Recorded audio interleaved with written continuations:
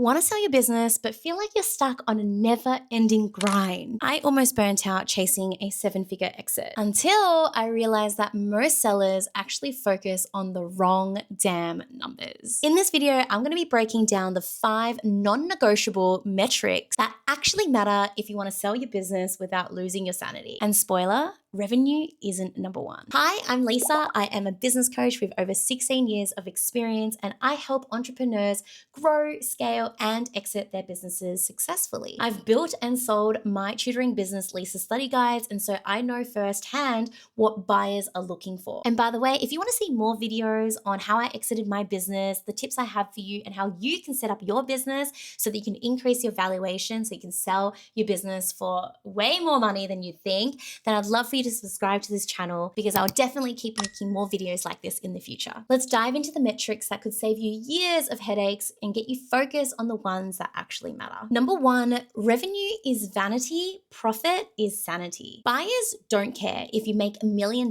if your profit is only 5%. You should aim for at least a 20% net profit minimum, especially if you are a service-based business. This number changes if you're a SaaS business and if you're a product-based business, so have a look at your specific industry if so. So knowing that I needed a 20% net profit minimum for my tutoring business, here's how I fixed my net profit. First, I raised my prices across the board in my business.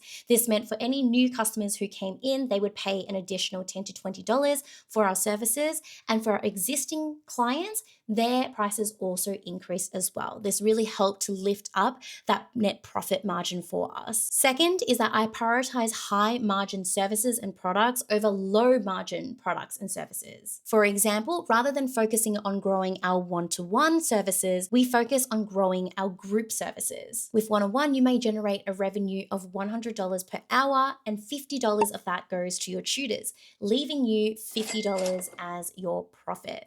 Whereas when it comes to doing group classes, you could be charging $50 per person, but you might have 10 people in that class, meaning that you actually generate a revenue of $500. And maybe you pay your tutors $100 for that session, leaving you $400 as your profit margin. These two things, increasing your prices and focusing on high margin products or services, is what's going to help you lift up your net profit in the business. Second is customer lifetime value. This is a golden metric that buyers obsess over. If your customers stick around for 1 year versus 3 years, the latter means a 3 times higher valuation because they're probably spending 3 times more the amount in the business. So here's a couple of ways that you can actually boost your customer lifetime value fast. First is start offering extended packages. Instead of offering once-off services, start offering your clients annual billing or a semester package or a term package or whatever that looks like that fits for you and your business. But the idea here is that we're able to retain the customer for longer because we've actually locked them in for a longer period of time. In doing so, we're encouraging the customer to actually spend more in your business, which ultimately means a higher customer lifetime value. The second part of this is that you need to focus on your customer satisfaction. People aren't going to stick with you long term if they're not happy with the service or product that they're actually getting. One thing that I did in my tutoring business before I sold it was actually looking of when the drop-off rate actually happened for our customers.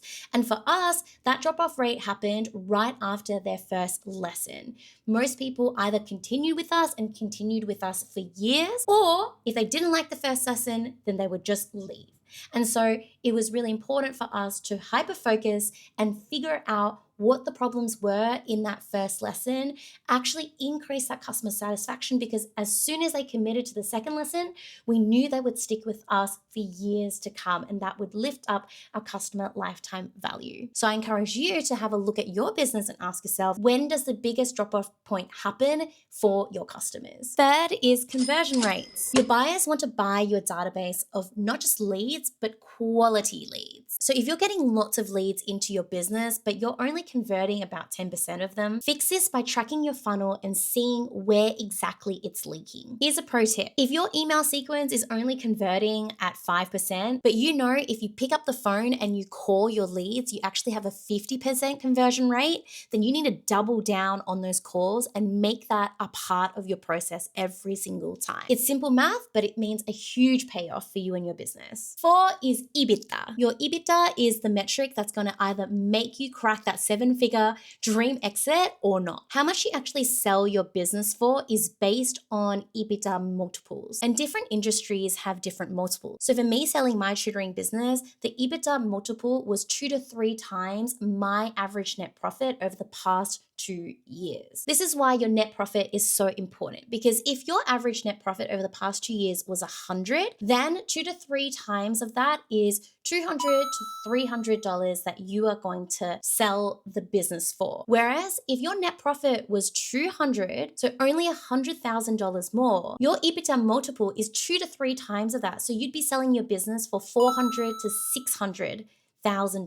So how do you actually calculate your EBITDA? It's essentially what's left in your business after you pay your day-to-day costs. So we're talking about salaries, supplies, rent, but before big one-time expenses, say investing in a coach to help you with your business. That's not an essential part of you actually operating and running the business day to day. So your buyer's accountant won't actually include that expense as part of your EBITDA. So to summarize, your EBITDA cheat code is 1, calculate your monthly expenses, 2, subtract them from your sale, and 3, that's your EBITDA. Now, this is just a really simple summary. When you actually go to your accountant and start talking to them about your EBITDA, they can calculate it correctly based on your historical data in your business over the past couple of years. Now, the last, but what I would argue to be one of the most important metrics is the founder's time spent in the business. Here's a dirty secret that a lot of buyers of businesses won't tell you. Your hourly hustle directly impacts the valuation of your business. If you're working 80-hour weeks and you're doing $15 tasks such as checking emails, responding to customer inquiries,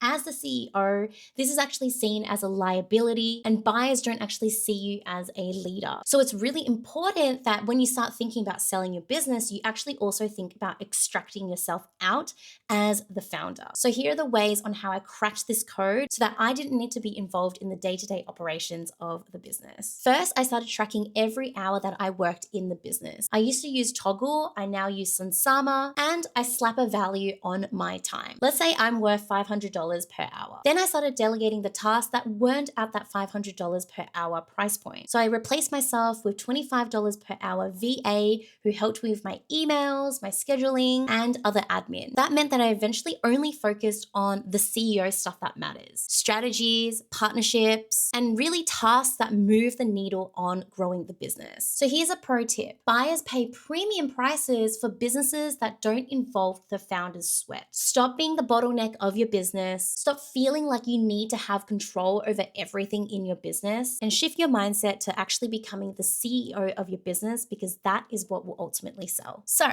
I am curious to know, what metric have you been ignoring in your business? If you've watched all the way until the end of this video, I appreciate you. That tells me that you have gained some sort of value from this video. So I would love for you to comment the word exit, just so that I know that you've reached all the way until here. And as a bonus way for you to hold yourself accountable, I'd also love for you to write down what metric are you going to focus on now in your business so that you can increase your valuation and make so much more money when you finally exit. Now, if you need help in terms of delegating and how to set up your team for success so that you love what they do and you know you can just trust them and start working on the CEO things with confidence, knowing that your people are doing their work well, I highly recommend you watch this video, How to Delegate. Your business shouldn't rely on you. All right, it was so good to see you this week, and I'll catch you soon.